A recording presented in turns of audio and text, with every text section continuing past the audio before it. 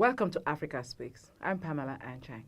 She is a multi-award-winning writer, director, producer with 3 feature films to her credit, including Fox Searchlight's cross-cultural comedy, Phat Girlz, the multi-award-winning love drama, Ben Ara, and the newly released Everything But a Man. She's also worked extensively in Africa, producing and consulting on various local TV and film projects. Growing up, Nnegest Likke never saw positive images of Africans on screen. As a filmmaker, she is changing the perception of Africans by making movies that defy the negative stereotypes and highlight the beauty and strength of African people. She inspires cultural pride and unity among the global Black community. Besides being a filmmaker, Nnegest is a youth mentor for at-risk teens, an avid world traveler, and a member of the DGA, WGA, Film Fatale, Women in Film, and the African Artists Association. Welcome to the show, Nnegest.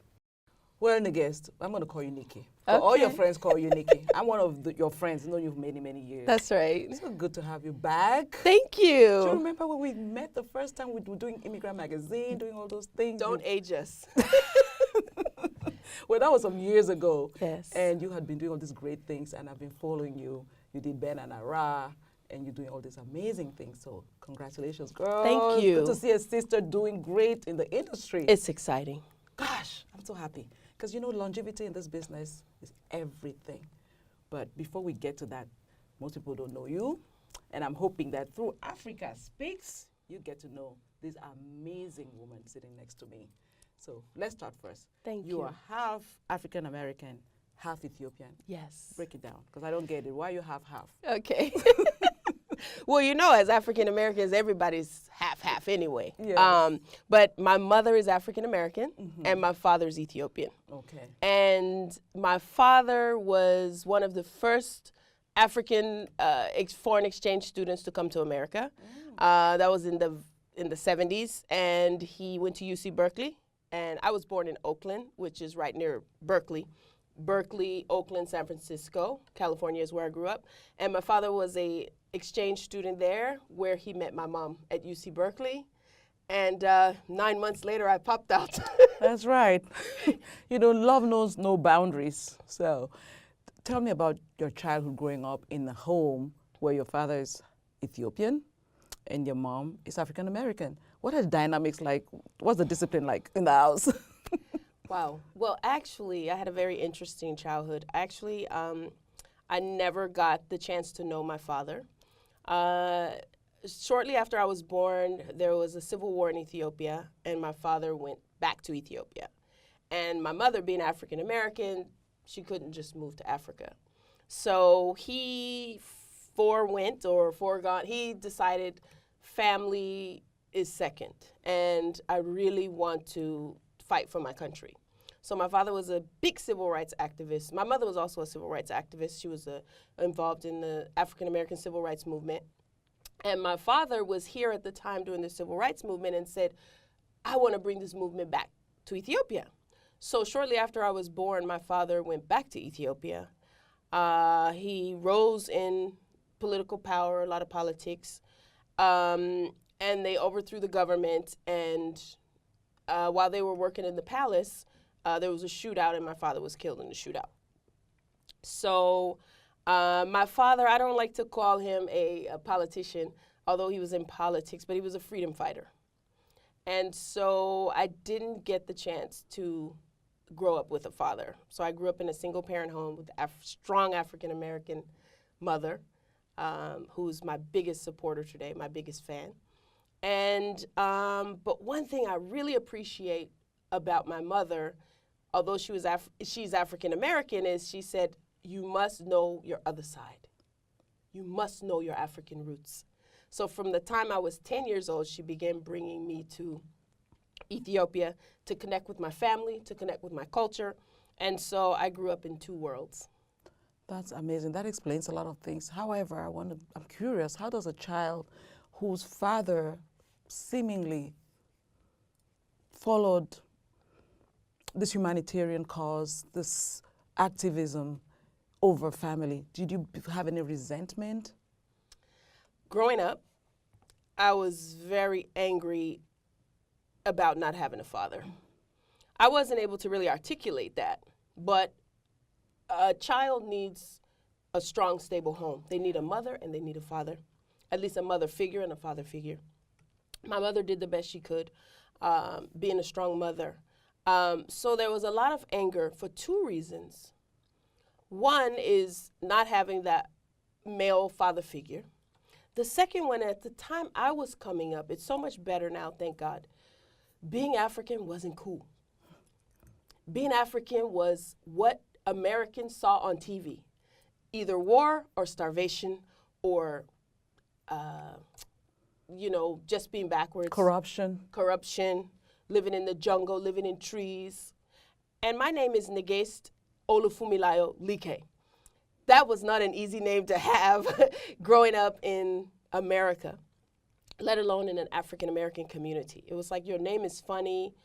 You're from Africa, where there's monkeys and trees and all those kind of things. So people are more educated now. They're more aware. And that's one of the reasons I had a passion to would later make films that expose the truth about Africa, the positive side. But so I was not only kind of angry or frustrated about not having a father, I was angry and frustrated that I was African. I was ashamed of being African. And it's only in retrospect, it's not being ashamed of who I am, it's ashamed of not being popular or being, misunderstood, being seen as backwards, having a funny name, not fitting in, all about fitting in. Right. I didn't quite fit in as a child in my environment. I grew up in the projects. I grew up poor by American standards, what they call the ghetto. I don't call it that, but that's what they call it, projects. And interestingly, when I started going to Africa, and my first time I went to Africa, my family is actually well-to-do. They have what they call servants. The politically correct term would be maids. Just pause on that. Typically, Africa is this famine-infested, place, suffering and everything, and you're struggling here. And whereas back home in Africa, it's affluence. How did you reconcile that? So one of the sound bites I like to use all the time is, I came from the projects in America to a palace in Africa. As a reverse of coming to America. Yes, yes. I came from the projects in America to the palace in Africa. And as a 10-year-old child, it blew my mind. It blew my mind. Literally, you live in a huge compound. I'm not saying all Africans live like that, obviously, but just the contrast. America's the richest country in the world, but I'm living in the projects, in squalor. Africa is economically one of the poorest places in the world, and yet my family has all these things. But yet I'm living in America where they're laughing at me because I'm from Africa, where we live in trees and, with the monkeys. And it was like, no. But as a child, and this is why films are so important, as a child, I could not articulate that what you think about Africa is not true. No. I couldn't articulate it, so you just live with this frustration. So when you came back, did that change the way you maybe reacted to how the kids were maybe bullying or insulting your pictures? How did that change your thoughts about Africa, and how did you translate that to your friends? It actually, sadly, did not change. Because, again, this is why film is so important, because it shapes the minds of groups of people at a time. Right. Although I had this truth, this positive truth about Africa, I couldn't now come and stand metaphorically one against a million other people. Sometimes the perception is stronger than the truth. And if you are a child who doesn't really, just being a child in itself, how can you fight against their perception? Can I come and say, all you million people are wrong as a child? So you rather sometimes fold to the lie that you know is a lie instead of the truth and being able to stand. And this is where instilling pride, dignity, and strength within somebody to stand up and say, wait, here's the truth. So it was not until I was a much older teenager that I was really able to embrace it and tell them, hey, your narrative is wrong. Wow. That brings me to what you do today. I'm beginning to think and understand, watching your films, where this might have come from. But first of all, did you grow up thinking, I want to be a filmmaker, and when I become a filmmaker, this is what I'm going to do? I never thought that. You hear a lot of times people say, oh, since I was a child, I knew what I wanted to do. I didn't know what I wanted to do. I thought I wanted to be an actress. And so I grew up acting. I was in plays, and it was a way for me, I didn't realize it as a child, but it was a way for me to express frustration and the inner artist. It was a way for me to bring out characterization.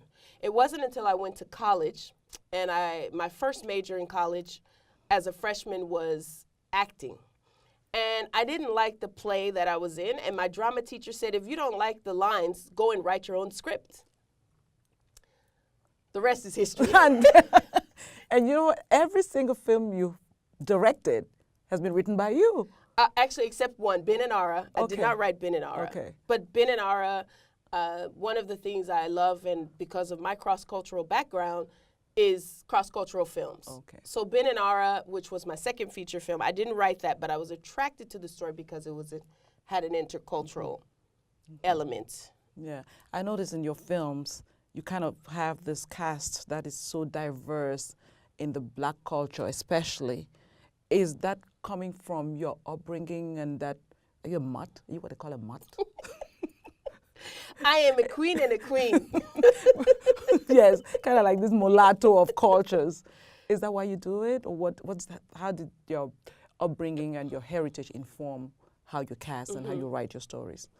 So backing up a little, so after I started writing scripts in college, after I graduated, I moved to Hollywood to pursue the Hollywood dream. And I wrote several scripts.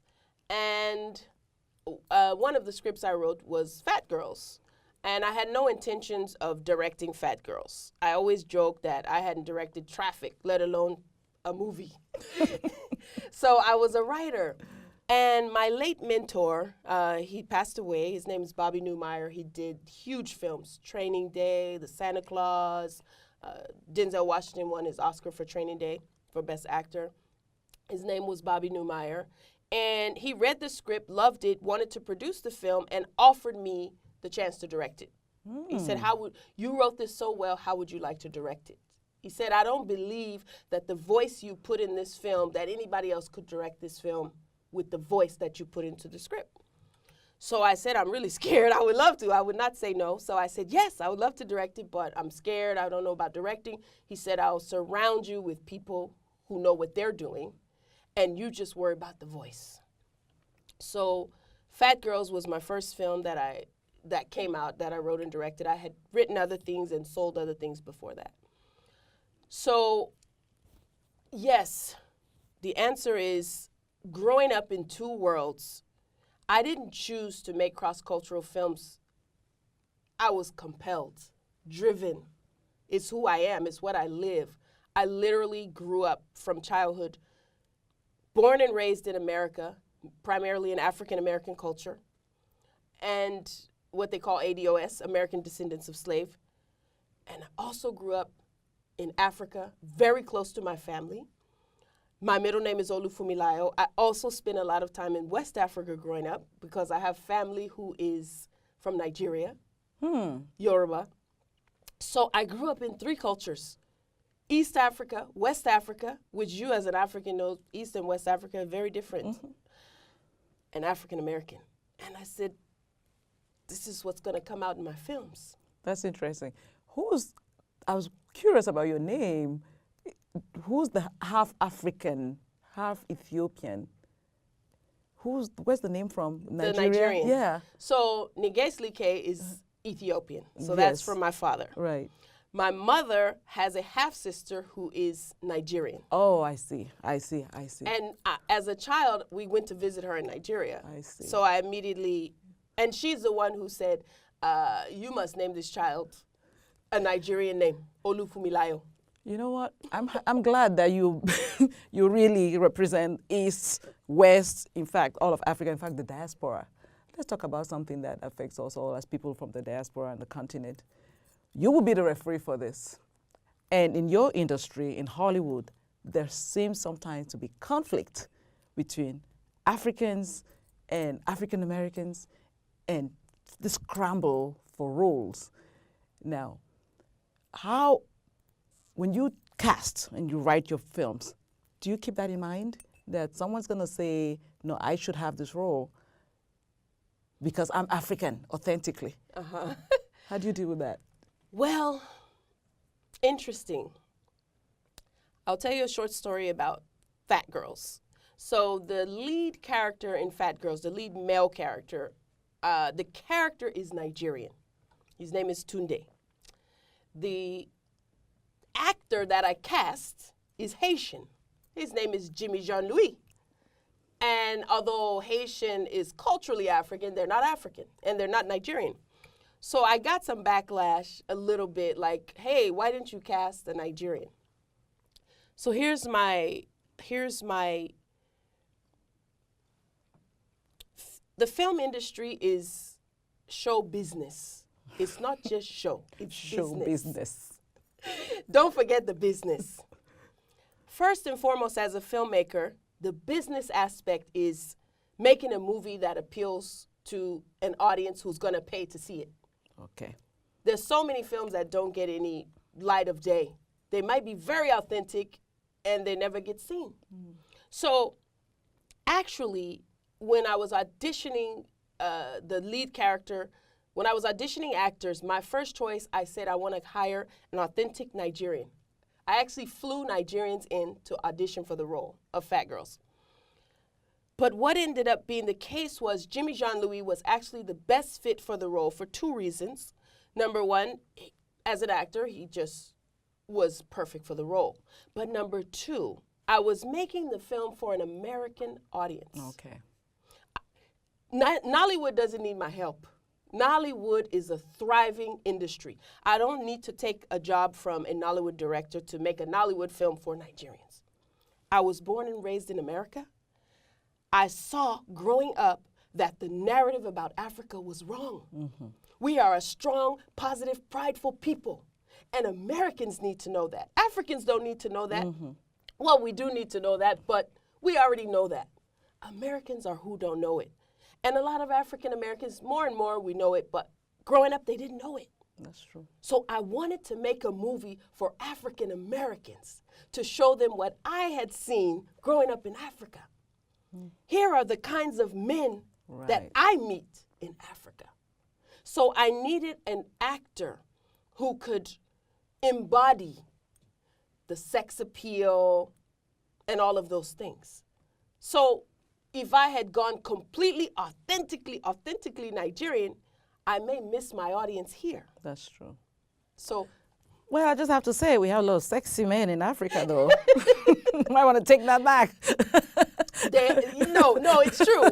But, No, I get it. You needed someone that could represent the character the way that you needed for the showbiz. For the audience that you were targeting. Because I have to tell you, when I watched it, I did think that way too. I did wonder that, don't we have African actors? Because I've had that issue. I've questioned that as an African, why African Americans play African roles. Will Smith played the part of is it Happy, what's that movie? Not The Pursuit of Happiness. Was it You mean the one? Of the doctor. Yes.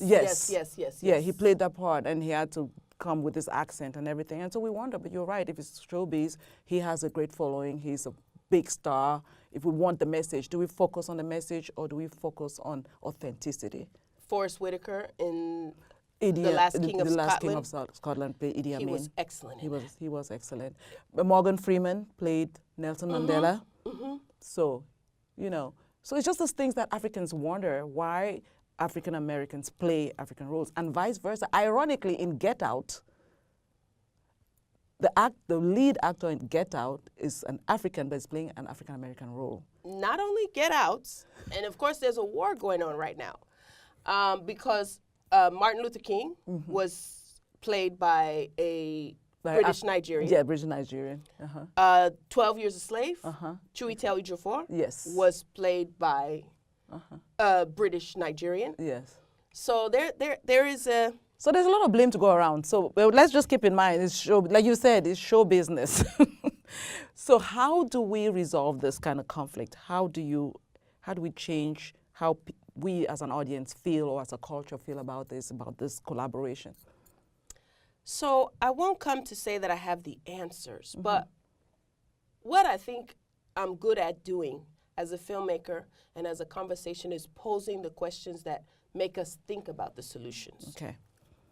So when I think about the problem, you see, Black people, Africans, African Americans, the global Black community, we're not at fault for the situation we're in, but it's our problem to fix.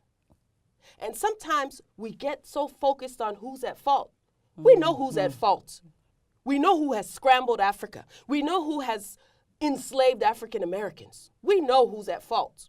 So we could talk about that all day long. That's true. If a group of Africans and African Americans get together and talk about who's at fault, we will never come up with a solution because we are stuck with the problem. We are hating each other. Yes. So what happens is when there's only one piece of bread to go around, it's human nature that these people are going to fight. This is what's happening in Hollywood today. African Americans, not all of them, but a lot are upset that non-African Americans are getting these roles. Yeah.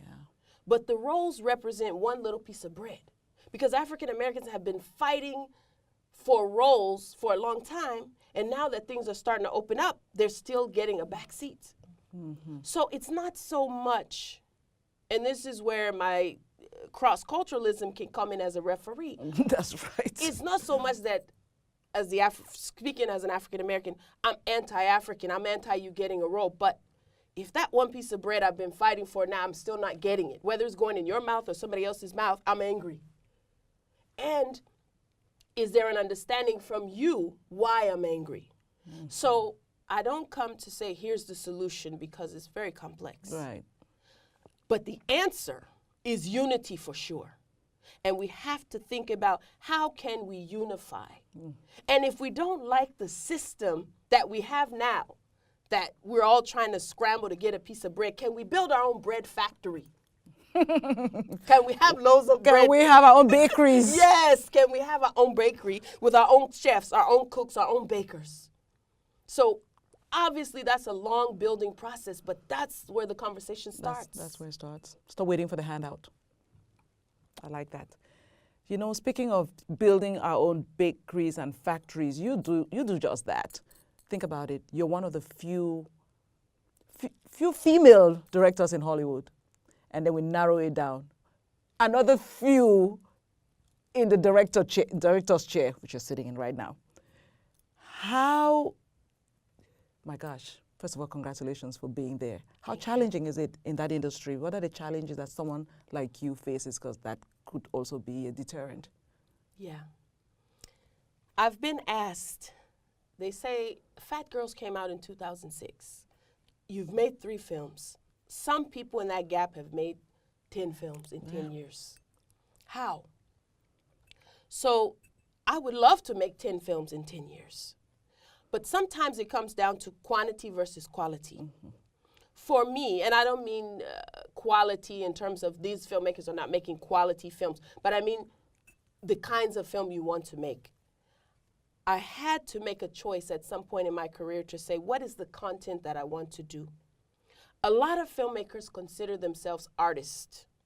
I don't consider myself an artist. I leave the art to the artist. Both of my parents were civil rights activists, social activists. Both of my parents were fighting for the same thing, freedom for Africans across the globe. And so I, like my parents, am a social activist. I use film to get messages across. Oh, okay. And of course, they have to be entertaining. So I bring comedy, I bring entertainment, I bring love. But my primary goal is changing the narrative of Africa to be the reality of what it is, which is positive, prideful, powerful, and also to empower African Americans and to bring unity amongst us.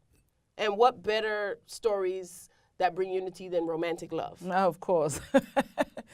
But I'm still curious, why do we have so few female directors of color? It comes down to show business, the business part. Number one, people ask me, is it hard to be black? Is it hard to be female in this industry? The answer is yes. But I have a unique perspective on that when it comes to show business.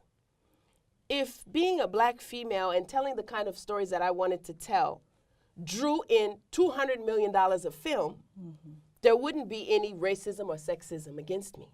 Right. So the business aspect to that question is we have to support our films more.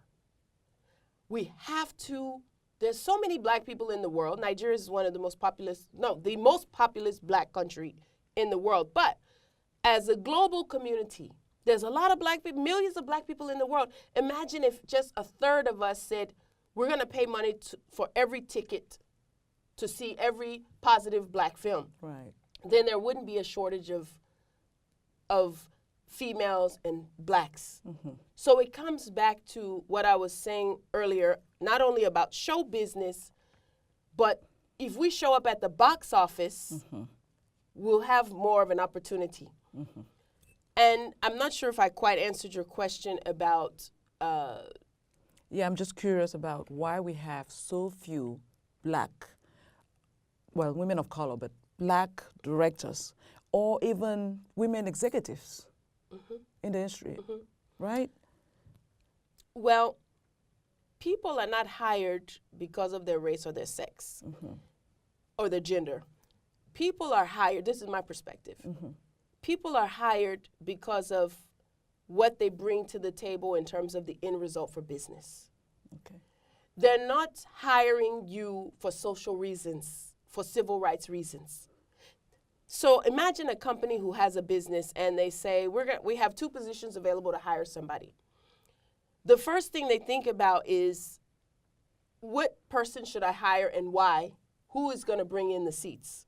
So they're not hiring people for charity, is what I'm trying to say. It's a business. You know what? We will have to dig in some more later on this because I'm thinking about we live in the city where young people have all these aspirations to become this and become that. And when they see someone like you, I may not want to act. And I say, that's an opportunity. But what are the chances that I'll be able to do that, especially if I can't create the opportunity for myself or own my own bakery? So one of my favorite filmmakers who I look up to is Tyler Perry. There you go. And people can argue whether they like the content that he creates or not. I like his content, but who cares if I like his content? What I love and what he has done is shown us a business model. Okay. When Tyler Perry first came to Hollywood, they didn't accept him. So Tyler Perry went and built the bakery. He brought his audience. And this goes back to answering your question that I didn't quite adequately answer. So when Hollywood told Tyler Perry, nah, we don't think this is going to make a lot of money, I don't believe that they turned down Tyler because he's black necessarily. It was like they didn't see that it could make money. Right. So what Tyler did is, okay, I'm going to go get these people. And when the first film that he did, Diary of a Mad Black Woman, we came out and we proved that he could create business. So he got more and more opportunities. But what he did, and this is the most important thing, what he did, he didn't just get comfortable and say, oh, I'm making all this money, so I'll just sit here and be hired. He said, I want to create my own. And so now here he is with a major studio, bigger than 3 Hollywood studios put together. Without the help of Hollywood, he did it with black people. That answers the question. You know, I have mad love for Tyler Perry. I love him for his vision. He actually inspires me, and I'm sure he inspires so many people. And truly, I've heard people criticize his work. I love his work. But more importantly, I love the fact that he took his own destiny into his own hands. So build your bakery. Yes. Go build your He is bakery. an example for all of us. And for Yes. anyone out there. You don't just have to be a filmmaker. Whatever you do, you can take the Tyler Perry model. Absolutely. And this country really creates that opportunity for us. It's the land of dreams. There are obstacles, but you can always do it. Let's talk about something that I find really interesting, given what you've set out to do, showcasing a different narrative about Africa. Do you think today's media is getting a grip? How far do you think you've come since, you know, as a child, seeing those narratives and growing up and, you know, the literally castigation of Africa as a continent of famine or whatnot? Do you think today's media is changing that narrative a little bit? And how, people like you, what do you think, how far do you think you've come in helping advance that? It's an interesting question or an interesting answer. I think we've come so far, and at the same time, there's a danger. We've come far because right now we are, thanks to the internet, we are freer than ever. So the world has opened up. The world is a village now. Yeah, global village. Yes.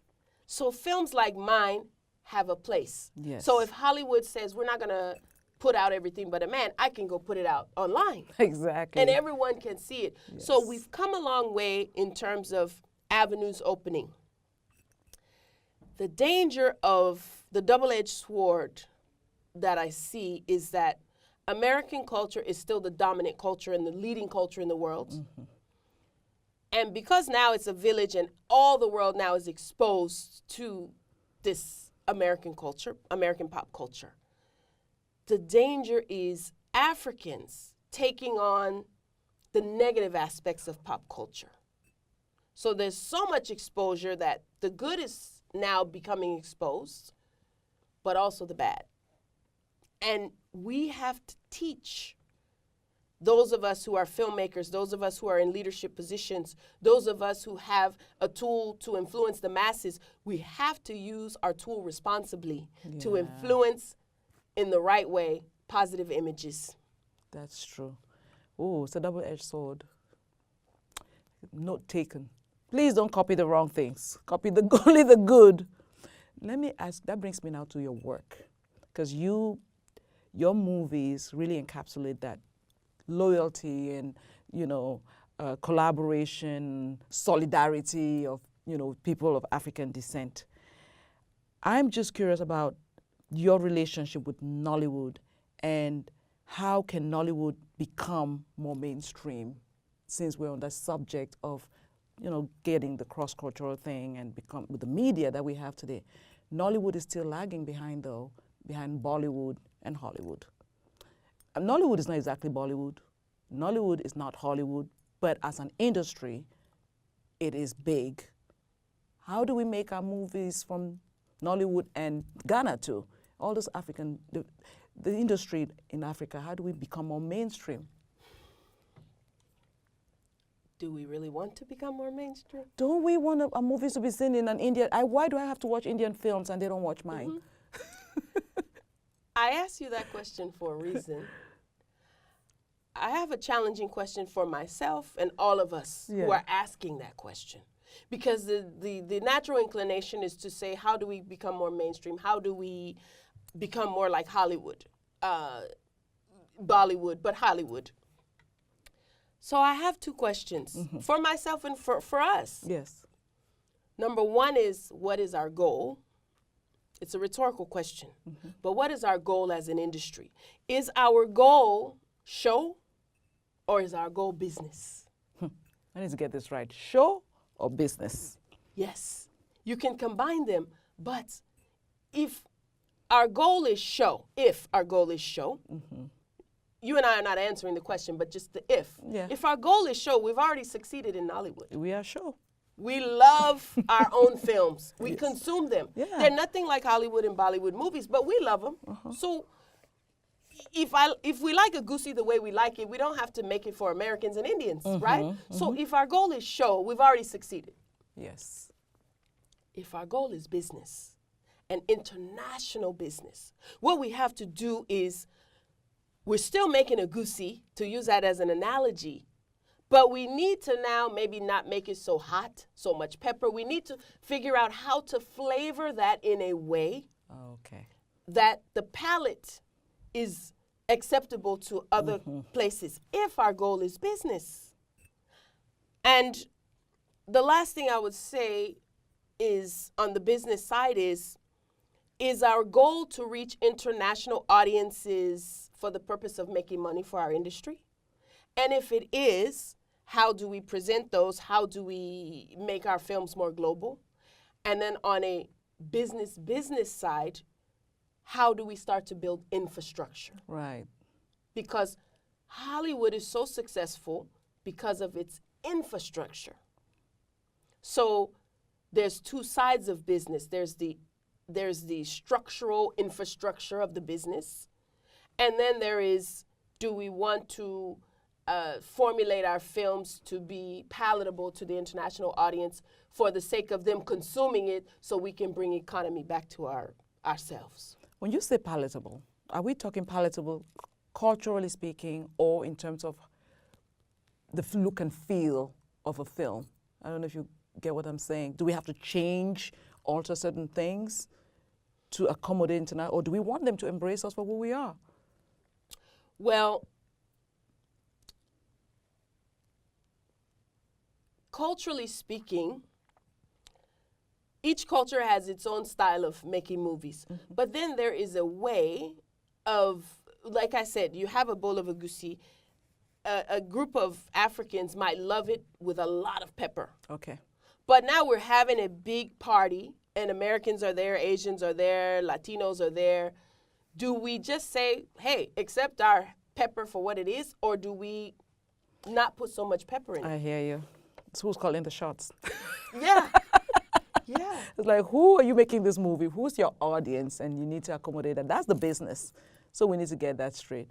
Now that's great. Now let's talk about Miss Nnegest and what she's been doing. Now, you know, before Black Panther, you were already on the scenes doing movies that were cross-cultural, about Africa, Phat Girlz, Ben Ara, and all this. You've done so much. I mean, you've done that many, like you said, but those that you've done have been really impactful. I want to know, first of all, what is your inspiration behind your films in general? So my inspiration behind my films is, first of all, I'm driven by love for the global Black community. Okay. That's number one. Not even politics, not even social. I love Black people. I love our culture. I love our pride. Even African Americans who are not connected directly to the continent, the residual effects are there. Yeah.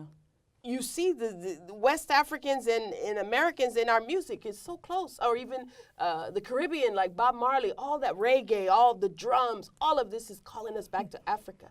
I have a love affair with Africa. And so the first thing as a filmmaker, before politics, before having a message, I want to see something on the screen that just makes me fall in love with Africa. And I don't see enough movies that do that, so I say, well, I better create it. Well, you made your own bakery. Now, one of my favorite movies is one I recently watched. Everything But a Man. Well, you have a man. Well, I do. Do you have to? Well, let me not say write me out, because I love my man. But anyway, Everything But a Man. So for me, Everything But a Man, but it took me to places, though. Let me tell you what. Before you go there, yes, there are people who have seen the title and asked me, what does the title mean? So I was going there. Oh, okay. I was going there. We should switch. Okay. But anyway, let me ask the question. Okay. First of all, why the title? And number two, give us a little synopsis. Just a little tidbit. Okay. The title, Everything But a Man, reflects a woman, a modern woman who has everything, materially speaking. Okay. Her own car, her own job. She's independent. She doesn't need a man to provide for her. She has everything. But she doesn't have a man. Right. She doesn't have love. More importantly, love. And so the title represents a woman who has achieved everything, but she still doesn't have love. But then when you say it that way, it sounds like she needs a man. And that's why I said I changed it to say she has everything but love. Does she need it? Yes. What if she doesn't? She does. Let's go into it. Because Let's come to blows. Let's come to blows. Let's come to blows now. No. Let me tell you something. And I wrote this down. I said, when I was really conflicted because I think Africans and African Americans, this issue of love and marriage and, see it differently. And again, depending on the generation that you were born in. But I can tell you this, when I was growing up, I grew up at a time where I became resentful because it felt like if you didn't have a man by a certain age, yes, then you were less than the status, the certain status that came with being married. Like it was some kind of promotion. Absolutely. And so I grew up feeling like I don't need a man. I love it. I agree with you.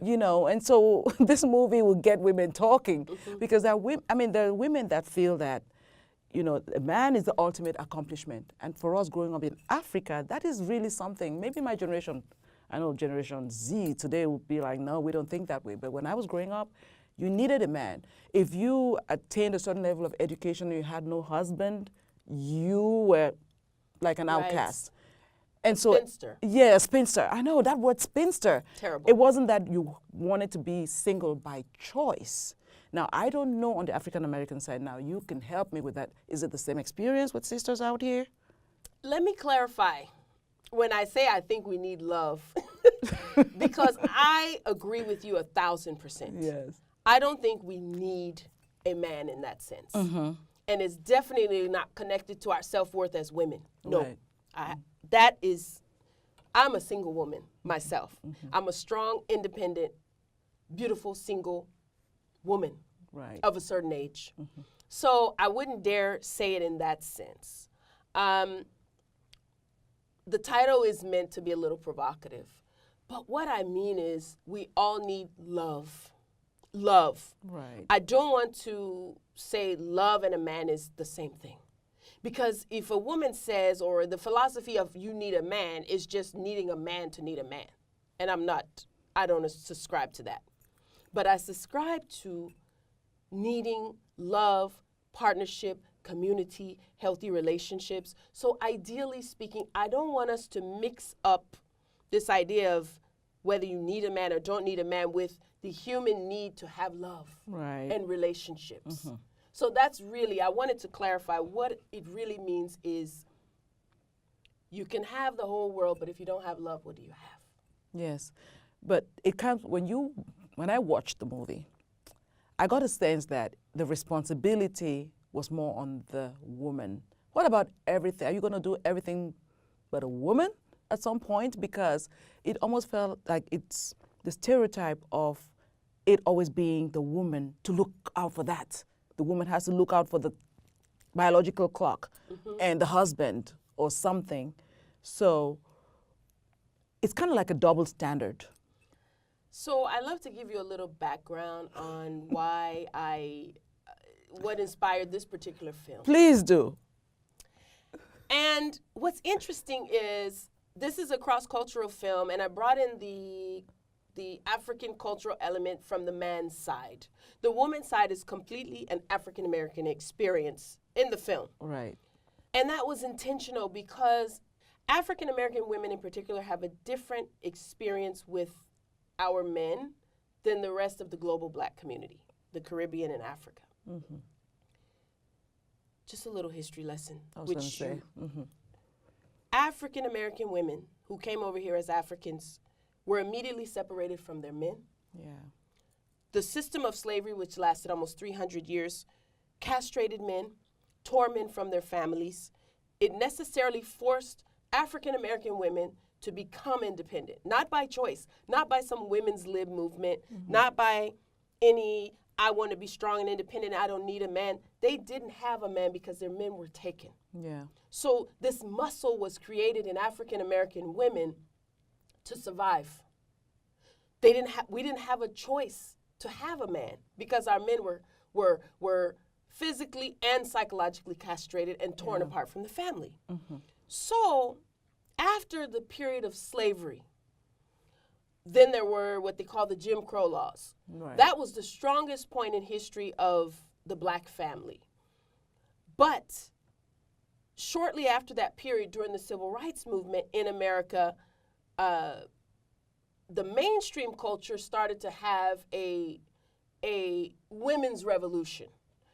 And what ended up happening is, just when African American women and African Americans were starting to gain civil rights and freedom, and women may have been able to say, I have my husband, I can stay home and raise a family, the mainstream culture started to say, we're tired of being housewives, we want to get out and work. Mm-hmm. So there was a direct, so African American women never had the luxury of being kept women, being housewives, being taken care of, staying home and having the option to work or not. We never had the option to not work economically. Right. The positive side of that was we became strong. Mm-hmm. The double-edged sword side of that is, because our men had been taken away, it wasn't their fault, but it was their problem and our problem. Some of us culturally began to develop an attitude, I don't need a man. I don't need a man. The man is the villain. The man is the bad guy. A climate of kind of like anti-man came up. And so this film is in response to that. So I am all about balance. So the film, while for some people might be extreme to the left or the right, it's an answer to the extreme of the left or the right to try to bring back balance, to say, no, you don't need a man, but it sure is nice to have one. Right. Like, calm down. Just relax. If you find love, that is so, I never looked at it that way. Because when you come to the United States and you look at the African American culture and the family structures, the women are more prominent. Now, we come from Africa and our men are more prominent. You have more African women, I mean, my generation, they're educated, but still, if you look at the structure in the families, the father or the man in the house is the king. You know, paternalistic. The paternalistic. African-American, yes, maternalistic. Yes. That is so interesting. The matriarch. Yes. African-American communities necessarily has been a matriarch. That's true. Women have run it. Women have kept the family together. And so it's interesting because in Africa, even in Ethiopia, I'm not saying this about the whole culture, obviously, but there were times, and still the case, where a woman could be raped, beat by her husband, and nothing happens. We've come a long way in Africa since then. So I understand an African woman might have a reaction to the film to say, wait a minute, I'm under the thumb of a man, I need to get out. Yeah. I don't need a man. But what I'm saying is African Americans have already come from down that road. It's too much overcorrecting on both sides. So African American women are coming and saying, we've never had a man, I need a man. And African women are saying, wait a minute, we've been oppressed, we've been down, we got so many men, I don't need a man. And I'm like, wait, don't go down that road. Right. And we don't need to go all the way down that road to say, I need a man and we should be oppressed. There's somewhere in the middle. And above all, whether we're saying man, woman, I'm saying love. Love.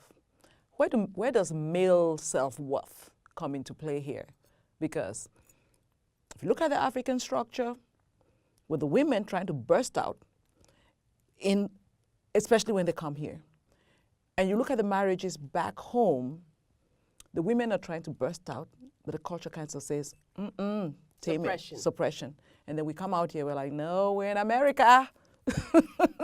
Don't bring that nonsense here. This is America. I will call 911 on you and that kind of thing. Not exactly. I'm just giving exaggerated. But I'm thinking male security, male insecurities, male self-worth, either way, comes into play. Are we trying to pamper the male ego as well? Because when I look at the movie, again, I kind of got a glimpse of that. So it all goes back to me being from two worlds. Referee! Yes. And trying to reconcile the balance, the middle. So right now, it's a hard time to be a man. Masculinity is under severe attack. By who? By who? Mainstream culture. Okay. Not by us. No. But we are falling for it. Okay. A lot of my African family is here, and I have a lot of African friends and a lot of African women who have been, fairly so, who have been maybe oppressed by the male system back home, come here and say, you know, pro-woman, like, you know, forget a man. I will call 911. And I see the dangers of that because we don't want to overcorrect to the point of where we are no longer unified. So love and unity go hand in hand. Right. We need our men, and our men need us. Masculinity and manness is under attack. What I attack is there's a word right now, there's a buzzword saying toxic masculinity. I don't like that word. There are toxic people. Right. Masculinity is not toxic. Femininity is not toxic. There are men who are toxic. Yes. There are women who are toxic. But then those are just toxic people. Right. And we need to weed out those toxic people. But healthy masculinity is needed. Let me ask you, sister, and I ask all our African women, when you have big, this is just a simple thing, two questions, two scenarios. Scenario A, there's something really heavy that needs to be carried, and there's men standing around and you. And a man says to you, oh, there's equality today. You carry that big, heavy thing. You know, why you going to ask me, put me on the spot and make the man look so good? That's the only first question. The second question is, you're lying in bed with your man in the middle of the night. Yes. And there's a strange sound, like a burglar breaking in. And he says, my wife, Go. We are equal. Go and check the sound. Why are you rooting for this man? Why am I rooting for him? But yes, do we not have, yes, this is an honest question, that do we not have an expectation of men? We do. So then if men have an expectation of us, I don't mean suppression, but can they not have some kind of expectation of us? Yes, they can. Yes, they can. But let me just say this, to say there shouldn't be abuse on both sides. I think we both agree on that. We do agree. This is not about abuse. It's about roles. Yes. Yeah. So if a man says, you're a woman, get in the kitchen, that's where you belong. I'm not going. I'm not going. But likewise, if you said to him, you're a man, carry that heavy thing, that's your job. He's not going to do it. No. But if he, as naturally muscular, is stronger physically to carry that, and you say, honey, can you do that? Or you don't even have to say anything, and he just does it. You appreciate it. Okay. Let me put you on the spot, sister, since you're now in the business of putting me on the spot. There's lots of young girls now of a certain age that are not, like per your movie, really taking marriage or relationship seriously. It's very casual, or in some instances, don't want any. What do you say to a sister like that? Be careful. Be careful. When I was in my 20s, I felt invincible. I felt like I could defy biology. But now that I'm in a few years older than my 20s, just a few, there are limitations and boundaries to our biology that I'm not saying you have to abide by. Here's the question. Just like I said, what is our purpose in show business? For example, you asked me about Nollywood, and I said, well, somebody might ask, is Nollywood a success or not? Well, it depends on what the goal is. Right. If the goal is show, we're successful. If the goal is business, not yet. Here's my question to women, young women, old women, whoever. What is your end goal? Is your end goal a loving partnership relationship or not? If it's not, it's okay. The problem is when you want love, you really want that, but you're acting in ways that prevent that from happening for you. Okay. So what I challenge a woman in love is to say, if you are the woman who says, I don't need a man for anything, I don't want to serve a man, I don't want to need a man to serve me, that's not wrong or right. But if it works for you with your end game, it's okay. But if you are a woman who expects things from a man, the certain things that, you know, carry this or protect, or, you know, we're walking in a dark alley, or at a restaurant, you know, you two are together and he says, you pay, or I'll stay home with the kids, you go to work. If we have a problem with that, then we have to understand it's two-sided. Right. So the danger of some women who say, I don't need a man, the danger is not saying I don't need a man. That's fine if you don't. The danger is if you're saying that, but inside you really feel and desire something different. That's the danger. You know, I asked the question about male self-worth. I think it applies to us as well. Because if you are confident of yourself, then you don't need to overdo or try to put somebody down, put a man down, put a woman down. You just be yourself and find the right companion for yourself. I guess that's what you're saying. What is your message? What do you want the takeaway to be? Because I know we've talked about the things that I said that hit me some kind of way, but I know that's not the message. You want to challenge something. Yes. What do you want audiences to take away? What I want audiences to take away from this movie and the movie Phat Girlz is love and unity conquers all. That's simple to say. It's not profound. But when we come to our relationships, a lot of times we view men, I'm speaking as a woman because I'm a woman, I can't speak for men. We view men as, although we love them and we want them, we sort of view them as a competition. It's like, he can't get over on me. But what does that mean, get over on you? Like, if we're seeing each other as partners, number one, if he's not the right partner, leave him. Because what we'll do as women, myself included, you know, what we'll do as women, we'll get with the wrong man and stay in this war, this gender war. Any man that you get with that there has to be a gender war, it's the wrong guy. I want to serve my man. And the question should not be, is it wrong or right? Is it good or bad to serve a man? The question is the man you're with worthy of that? Because if he's not worthy of it, you don't need to be with him. Only a man that's worthy of being with, then if a man is worthy of being with, then he's worthy of being served.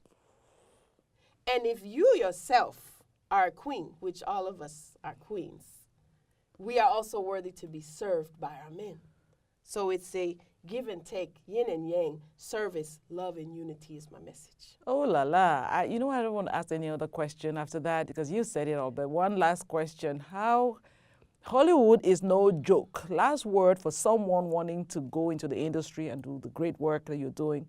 How have you managed to maintain this level of success and satisfaction? Because you're content. You're happy, aren't you? Yes. All right, good. Yes. Yes. You know, Tyler Perry, we've talked about Tyler Perry. Tyler Perry is a good model today.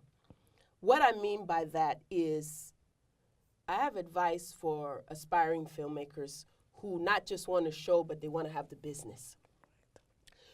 The model of Tyler Perry is bring your audience with you. Social media has created an opportunity that's never been in history before. If you have a film that you want to make or a voice that you want to get out there in the world, through social media, you can bring an audience which will bring the business to your show. Now is the greatest time in history for small voices in film. The reason why is because we can tell the stories we want to tell as long as we bring the audience. So if we use social media as a tool to unify, gather our audience, we'll always be able, whether we're working in or out of Hollywood, we'll always be able to make a living as a filmmaker. Do you think there's an audience for every kind of content? No doubt. All right. There's an audience for every kind of content The challenge is finding them and reaching them. Enough said. Thank you so much, sister. Thank you so much. Just so for amazing. This We could go on and on and on, but you know what? You are just so amazing. We're gonna have part 2 with Nnegest next time on Africa Speaks. How can audiences find your previous movies and the most recent one? Everything but a man. Yes. So my 3 films are Phat Girlz, Yes. which is a Fox Searchlight movie starring Academy Award winner Monique, Ben Ara, and Everything But a Man, which is currently in theaters and will be coming worldwide pretty soon. I just have a message for fellow Africans out there. Give it to them. My message for Africans is believe in yourself. Be empowered. You are not the photocopy. You are the original. Whatever you want to do in film, in business, you can do it. We have to unify. We have to be together. We have to come together in business the same way we come together for dances and parties and weddings. Mwah! I don't have to say anything much more. See you next time on Africa Speaks. I'm Pamela and Chang.